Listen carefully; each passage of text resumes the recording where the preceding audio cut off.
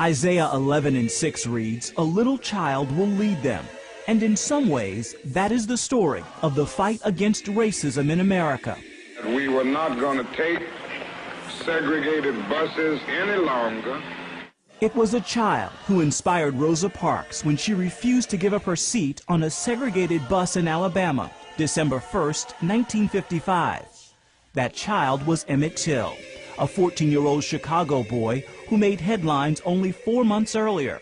He was kidnapped and lynched while visiting family in Mississippi. At the age of 12, could you imagine going to sleep at night and wake up the next day, your whole world is upside down? Emmett was visiting his cousin Simeon Wright that summer. They were sleeping in the same room when two men showed up at the Wright family's home. See, when they awakened Wheeler, they said, "This is the wrong boy. We're looking for the fat boy from Chicago." And they knew who they were looking for. At that time, I weighed about 90 pounds, and Emmett weighed about 140. They were J.W. Milam and Roy Bryant. Bryant owned the country store where Emmett and his cousins had stopped to buy candy just a few days earlier.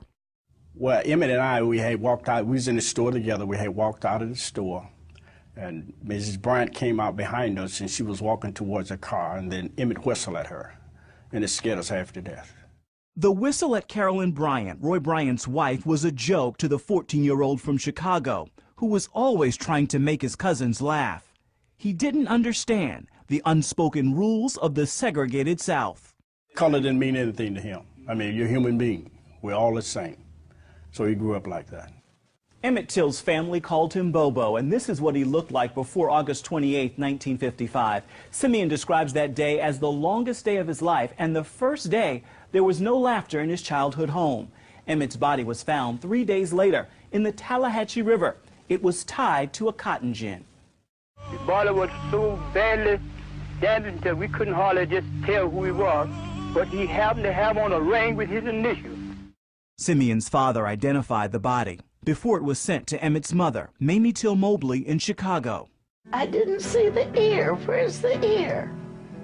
And that's when I discovered a hole about here, and I could see daylight on the other side. Mrs. Mobley wanted the world to see what she saw.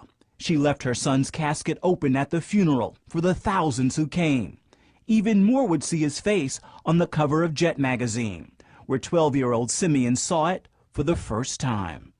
At 12, I know I didn't understand it all, but I understood what I saw.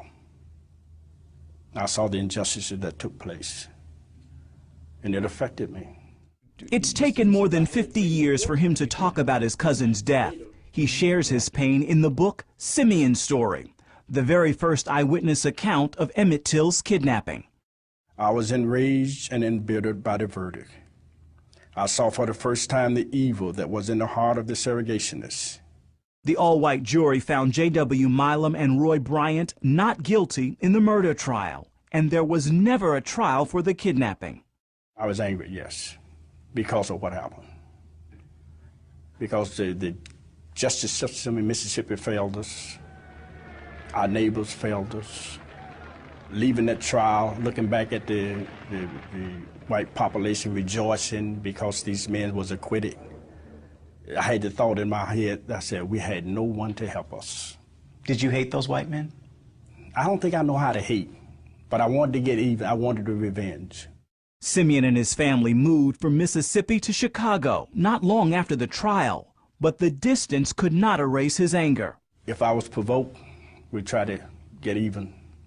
Now, I remember one case, there was a young lady in my classroom. She was from Alabama, and she did something, nothing serious, and I think I slapped her. He turned to alcohol early in his adulthood until something unexpected happened one night at a Chicago bar. At age 22, God forgave me of my sins. That's what changed me, really. When I was sitting in this tavern, and I heard the voice of the Lord say, if you die in your sins, you're going to hell. And man, I tell you, my life wasn't the same again. That voice inspired him to forgive the men responsible for the death of his cousin.